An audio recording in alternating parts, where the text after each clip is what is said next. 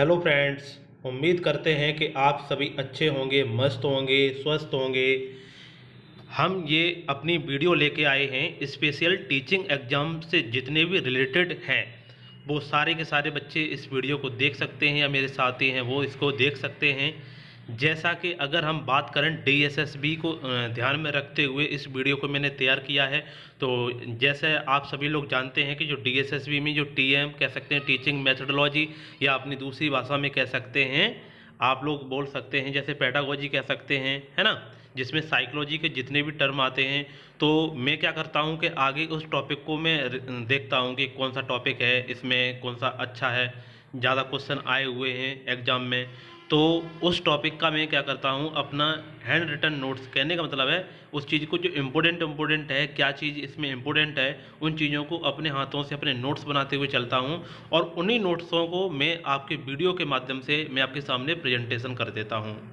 आप लोग ज़्यादातर वीडियो को देखते नहीं हैं क्योंकि हैंड रिटन नोट्स हैं, और इस वजह से। पर आप ये मैं पक्का कह सकता हूं कि अगर आप इस वीडियो को देख लेंगे, एक बार मेरे कहने से देखिए, और इस वीडियो में आपको काफ़ी अच्छा कंटेंट मिलेगा, और आप खुद समझ जाएंगे कि हाँ कंटेंट है या फिर नहीं है। ठीक है, तो चलिए हम इसी के साथ में अपनी वीडियो को शुरू करते हैं। अगर आप मेरे चैनल पर पहली बार विजिट कर रहे हैं तो मेरे चैनल को आप सब्सक्राइब कर सकते हैं, क्योंकि हम ऐसे ही वीडियो लेके आते रहते हैं।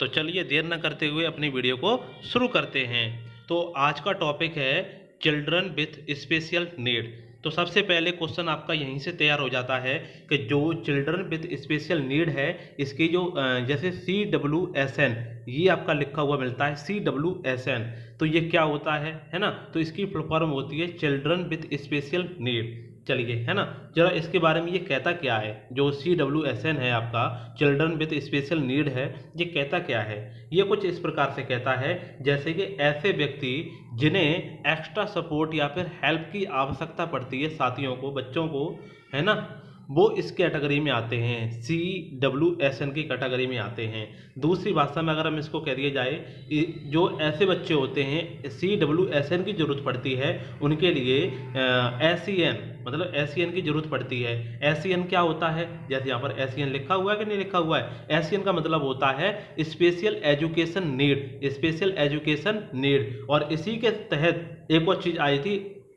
SEND का मतलब होता है special education need and disability. ठीक है ना, तो ये सारी चीजें आई थी। अब इसमें हम आगे चीजें पढ़ते हैं, इसके बाद क्या है। अगर WHO की बात माने, जैसे WHO के अनुसार अगर देखा जाए कि डिसेबिलिटी उन्होंने क्या बताया, या फिर मतलब मान लो दिव्यांगता उनके अनुसार क्या होती है, किसके अनुसार, WHO के अनुसार क्या होती है। ठीक है ना, तो WHO के अनुसार अगर हम देखते हैं तो WHO के अनुसार क्या होता है कि जैसे कह सकते हैं कि बच्चा देखना, सुनना, है ना, कम्युनिकेशन करना, मूविंग, लर्निंग, अगर ये सारी की सारी बच्चे के अंदर एबिलिटी हैं तो आप कह सकते हैं कि वो क्या है, एक विकलांग बच्चा है या फिर डिसेबल्ड बच्चा है। ठीक है ना, ये WHO के अनुसार है। आप इस कीवर्ड को लिख भी सकते हैं, जैसे देखना, कोई बच्चा अगर देखने में प्रॉब्लम आ रही है, या फिर सुनने में प्रॉब्लम आ रही है, या फिर कम्युनिकेशन करने में प्रॉब्लम आ रही है, मूविंग करने में प्रॉब्लम आ रही है, लर्निंग करने में प्रॉब्लम आ रही है, अगर ये सभी ऐसी चीज़ों करने में प्रॉब्लम आ रही है तो वो क्या होता है, डिसेबिलिटी से चीज़ें होती हैं। इसमें मैंने कुछ इंग्लिश के वर्ड भी लिखे हुए हैं, हिंदी के, तो बाइलिंगुअल में इस वीडियो को कंटिन्यू करने वाला हूँ। ठीक है, वीडियो को शुरू से लेकर अंतिम तक जरूर देखना, पक्का आप कुछ ना कुछ सीख के जाएंगे। तो आगे अगर हम बात करते हैं WHO के अनुसार, सबसे पहले आप ये देख सकते हैं कि 1980 में इन्होंने क्या किया, ICIDH, कहने का मतलब है इन चीज़ों का इन्होंने क्या किया, इंटरनेशनल क्लासिफिकेशन, इन लोगों ने इंटरनेशनल क्लासिफिकेशन किया। अब जैसे हम कुछ इसकी इनके फुल फॉर्म के वर्ड बताते हैं। आई फॉर यहाँ पर बता रखा है इम्पेरिमेंट। इम्पेरिमेंट का मतलब होता है ऐसी चीज़ों से है जैसे स्ट्रक्चरल है ना, स्ट्रक्चरल है उसे हम कह देते हैं वो इम्पेरिमेंट, जो उसके अंतर्गत आ जाएगा। डिसेबिलिटी का मतलब हो जाता है जैसे कोई फंक्शनल प्रॉब्लम है तो वो डिसेबिलिटी के अंदर जाएगा। हैंडीकैप, ये हैंडीकैप कोई वर्ड नहीं है, जैसे ये हैंडीकैप आप जैसे सोसाइटी लोग, जैसे अपनी हमारी सोसाइटी होती है, उन लोगों ने कह दिया कि ये लंगड़ा आ गया, या फिर ये लंगड़ा है, या फिर जो भी है, पर ये कोई हैंडीकैप कोई वो नहीं है। ठीक है ना, बाकी की ये दोनों की दोनों हैं, ये समस्या है। ठीक है, आगे हम बात करते हैं कि जो आपकी जो प्रॉब्लम होती हैं, जो आपकी ये प्रॉब्लम होती हैं, थोड़ा सा स्क्रीन को फिट कर लेते हैं, फिर आपको ईजिली समझाने में रहेगा। चलिए तो देखते हैं संज्ञानात्मक अशक्तता, जैसे हम कहते हैं कॉग्निटिव डिसेबिलिटी। जैसे कॉग्निटिव डिसेबिलिटी आपकी किस बच्चे को कह सकते हैं, है ना। तो देखो छोटी सी भाषा मैंने इसको समझा रखा है, जब किसी व्यक्ति का माइंड पूरा विकसित ना हो पाए तो उसे कहते हैं कॉग्निटिव डिसेबिलिटी कहते हैं। अब आप ये कह रहे होंगे कि कॉग्निटिव डिसेबिलिटी में कौन कौन से बच्चे आ जाते हैं। जैसा कि हमने कुछ एग्जांपलों के माध्यम से बता रखा है कि 2.5 कहने का मतलब जो 2.5 साल का बच्चा होता है वो आपको अपनी जो चीज़ों को बोलकर नहीं व्यक्त कर पाता। बच्चा बोल नहीं पाता है, मतलब इसका मतलब ये होता है बोलता नहीं है। इसका मतलब ये है कि जैसे उसकी कुछ प्रॉब्लम्स हैं, कुछ समस्या हैं, या फिर कुछ जैसे खाने के लिए या फिर कुछ पीने, ऐसे कहने का मतलब है। तो अगर वो अपनी चीज़ों को बोल नहीं पाता है तो वो किसके अंदर आ जाएगा, वो संज्ञानात्मक अशक्तता में आ जाएगा या फिर कॉग्निटिव डिसेबिलिटी में आ जाएगा। आप ये नहीं कह सकते कि बच्चा अभी बड़ा हो जाएगा तब सीख जाएगा। एक्चुअली में उसका क्या है, उसका जो दिमाग है वो पूरी तरीके से नहीं परफेक्ट हो पाया है। आप अगर इसमें एक और एग्जांपल लेके बता सकते हैं, जैसे मान लो बच्चा कोई 6 साल का है। कितने साल का है, 6 साल का बच्चा है। तो अगर वो बेसिक काम ना कर पाए, जैसे खाना हो गया, टॉयलेट करना, जैसे उसे टॉयलेट जाना है तो बता ही नहीं पाए कि हाँ भाई मुझे टॉयलेट जाना है या फिर खाना खाना है, ऐसी अगर सारी सारी चीज़ें आ रही हैं, 6 साल का बच्चा हो गया है, जो बेसिक ज़रूरतें होती हैं बच्चे की वो वैसे मोस्टली कर लेते हैं। अगर इस चीज़ से अगर वो गुजर रहे हैं तो वो कॉग्निटिव डिसेबिलिटी से संबंधित है। आई थिंक आपको सही में आ गया होगा, नहीं आया है तो आप कमेंट करके बता सकते हैं मुझे। ठीक है, नेक्स्ट टाइम बेटर करेंगे।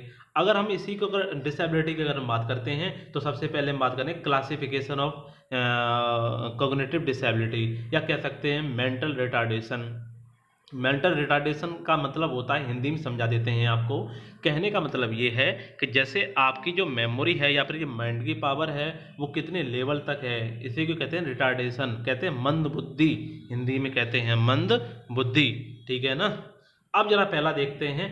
सबसे पहली जो प्रॉब्लम आती है आपकी आपकी जैसे इसमें दे रखा है mild mentality retardation, mild mentality retardation.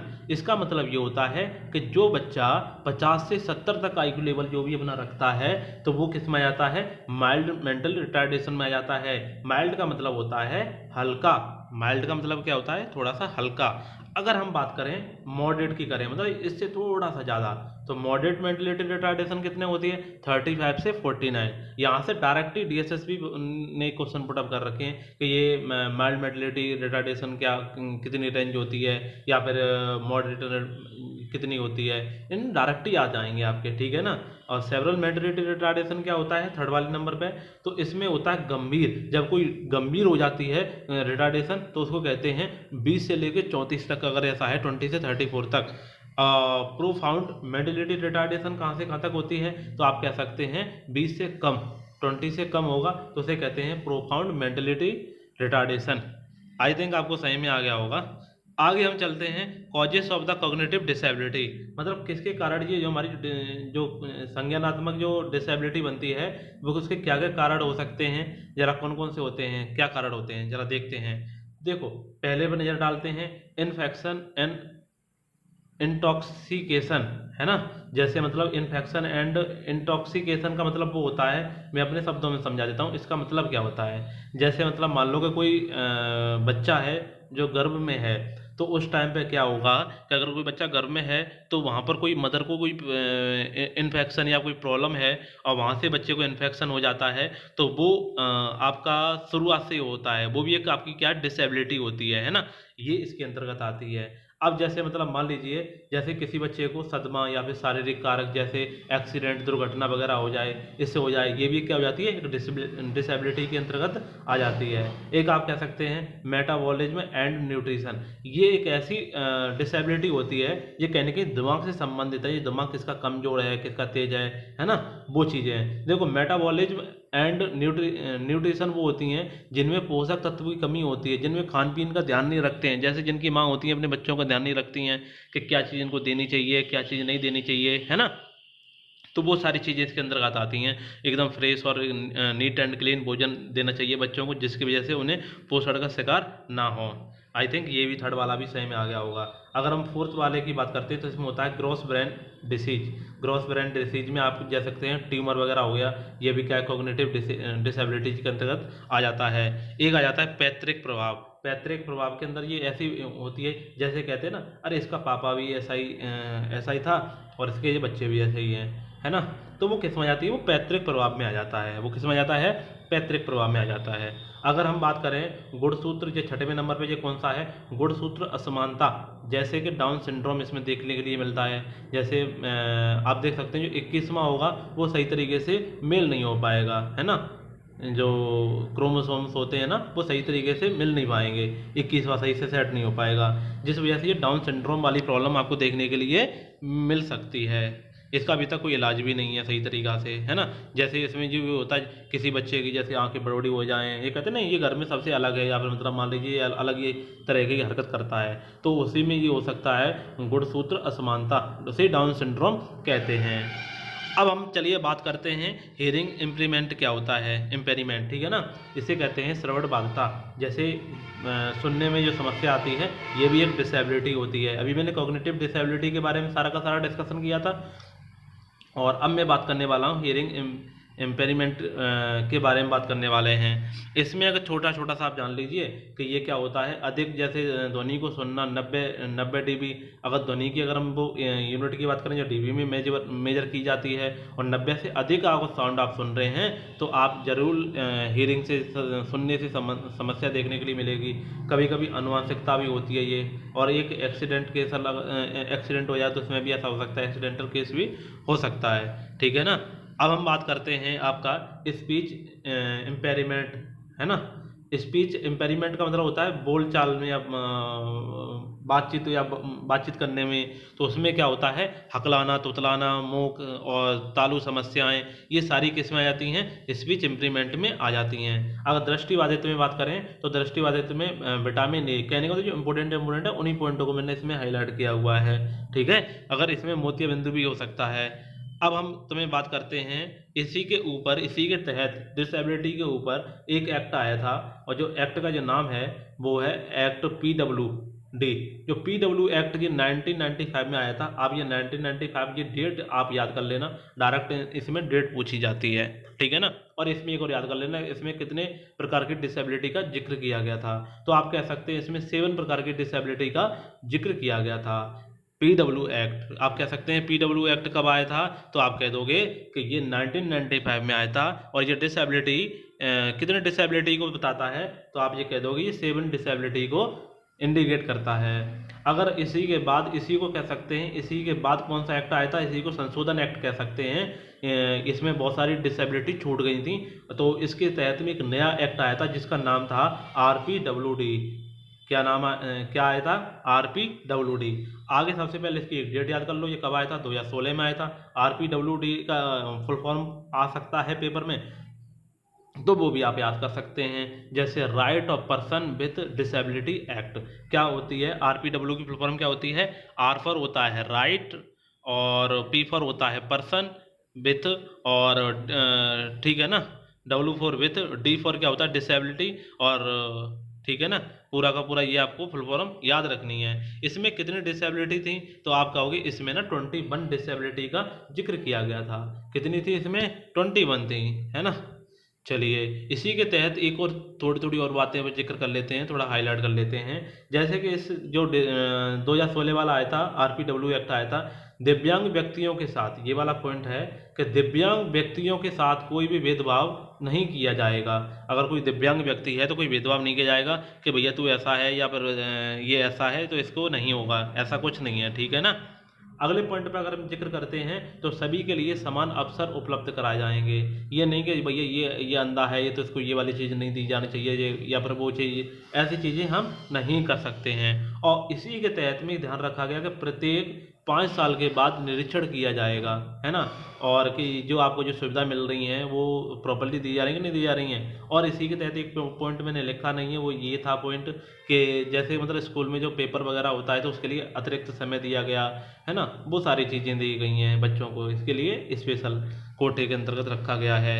अब इसी में अगर हम बात करते हैं तो फिजिकल डिसेबिलिटी, जैसे मैंने 20 डिसेबिलिटी का जिक्र किया था, तो थोड़ा इंपॉर्टेंट भी मैंने जिक्र कर ली है ना। अगर आप पूरी चाहते हैं एक एक टॉपिक को एक्सप्लेन करते हुए तो मुझे वीडियो में कमेंट करके ज़रूर बताना। तो चलिए हम बात करते हैं फिजिकल डिसेबिलिटी की बात करते हैं, है ना। तो फिजिकल डिसेबिलिटी की बात करें तो सबसे पहली वाली आ जाती है लोकोमोटर डिसेबिलिटी। और जो लोकोमोटर डिसेबिलिटी है ये क्या होती है, ये जॉइंट प्रॉब्लम होती है। क्या होती है, जॉइंट प्रॉब्लम। अच्छा, जॉइंट मैंने कर दिया है, एक्चुअली में यहाँ पे जॉइंट होगा, है ना। जो जॉइंट प्रॉब्लम होती है ना वो होगा इसमें। ओके, जॉइंट प्रॉब्लम मतलब घुटने में जो समस्या या कोनी, इससे समस्या होती है। इसमें ये भी आ सकता है कि इसके लिए क्या हम प्रयोग कर सकते हैं, तो स्प्रिंटर का यूज कर सकते हैं, जिससे हम थोड़ा सा हेल्प मिलती है। अच्छा, इसके बाद कौन सी आ जाती है डिसेबिलिटी, फिजिकल डिसेबिलिटी में सेरेब्रल पाल्सी। सेरेब्रल पाल्सी क्या होती है, ये ब्रेन से संबंधित है। जो मेरे सर का जो पीछे वाला हिस्सा होता है यहीं पर ये सेरेब्रल पाल्सी प्रॉब्लम होती है ना। ये भी कहीं ना कहीं कॉग्निटिव को इफेक्ट करती है। अब इसके बाद आ जाता है ड्रोनफिज्म से समस्या आ जाती है। ड्रोनफिज्म का मतलब वो क्या होता है, बोना। बोना की जो कैटेगरी कौन कौन सी रखी गई है, 4 फीट से 10 इंच तक वो बोना कैटेगरी में आएगा। जो आप याद कर सकते हैं कि 2016 में ये वाला पहला जो एसिड अटैक है ये पहले नहीं आता था, पर इस बार इसको ऐड कर लिया गया है। तो ऐसा क्वेश्चन आ सकता है कि कौन सा जो है जो 2016 में RPW एक्ट में जो शामिल किया गया है, तो एसिड अटैक विक्टिम है उसको ऐड कर लिया गया है। तो चलिए ठीक है, आगे हम बात करते हैं। देखो कंटेंट में दम नहीं, ऐसा नहीं कि कंटेंट में दम ना हो। देखो बहुत सारी चीज़ें मैंने इंपॉर्टेंट इसमें शेयर करी है। अगर आप मेरी वीडियो को एक लाइक करते हैं या चैनल को सब्सक्राइब करते हैं तो बहुत मोटिवेटेड होते हैं और नई वीडियो बनाने के लिए उत्सुक हो जाते हैं। यहाँ तक आप वीडियो देख चुके हैं तो बहुत बहुत दिल से धन्यवाद। आगे बात करते हैं। इसमें हम कुछ अब बात करना चाहते हैं कि गवर्नमेंट स्कीम्स या पॉलिसी वगैरह आई थी, है ना, तो उससे संबंधित अब हम चर्चा करने वाले हैं। इसमें हम क्या है, अगर आपको जैसे हम इसको बताते जाएंगे कब कब ये लॉन्च की गई थी, इसका क्या उद्देश्य था। तो चलिए सबसे पहले हम बात करते हैं एक 1974 में आईईडीसी एक आई थी। इसका फुल फॉर्म याद कर लेना, इसकी फुल फॉर्म ही आती है ये कौन सी, इसकी फुल फॉर्म क्या है। तो आईईडीसी की फुल फॉर्म होती है inclusion of integrated education for disabled children. एक बार और बोल देते हैं, inclusion of integrated education for disabled children. ठीक है ना। ये कब आई थी, ये 1974 में आई थी। I for inclusive, E for integrated, और है ना, नहीं, ई फॉर एजुकेशन और डी फॉर डिसेबल और सी फॉर चिल्ड्रन। इसमें ये बताया गया था कि बच्चों को प्रोत्साहन करना है, बढ़ावा देना है, ये वाली पॉलिसी इसमें कह रही थी। अगर हम बात करते हैं, एक और पॉलिसी आई थी 1992 में आई थी, the RCI act. RCI act की फुल फॉर्म आ सकती है, तो आप कह सकते हैं भारतीय पुनर्वास परिषद अधिनियम। ऐसे आ जाएगा कि भारतीय पुनर्वास परिषद अधिनियम कब आया था, तो आप कह दो कि 1992 में आया था। ठीक है। जो इस वाले जो आया था, ये वाला RCI आया था, इसमें क्या बताया गया था, special education teachers trained to teach children with different disability. कहने का मतलब है टीचर को ऐसा ट्रेंड करो जो डिफरेंट टाइप की जो एबिलिटी हैं, डिसेबिलिटी हैं, तो उनके लिए अच्छे से बच्चों को पढ़ा सकें।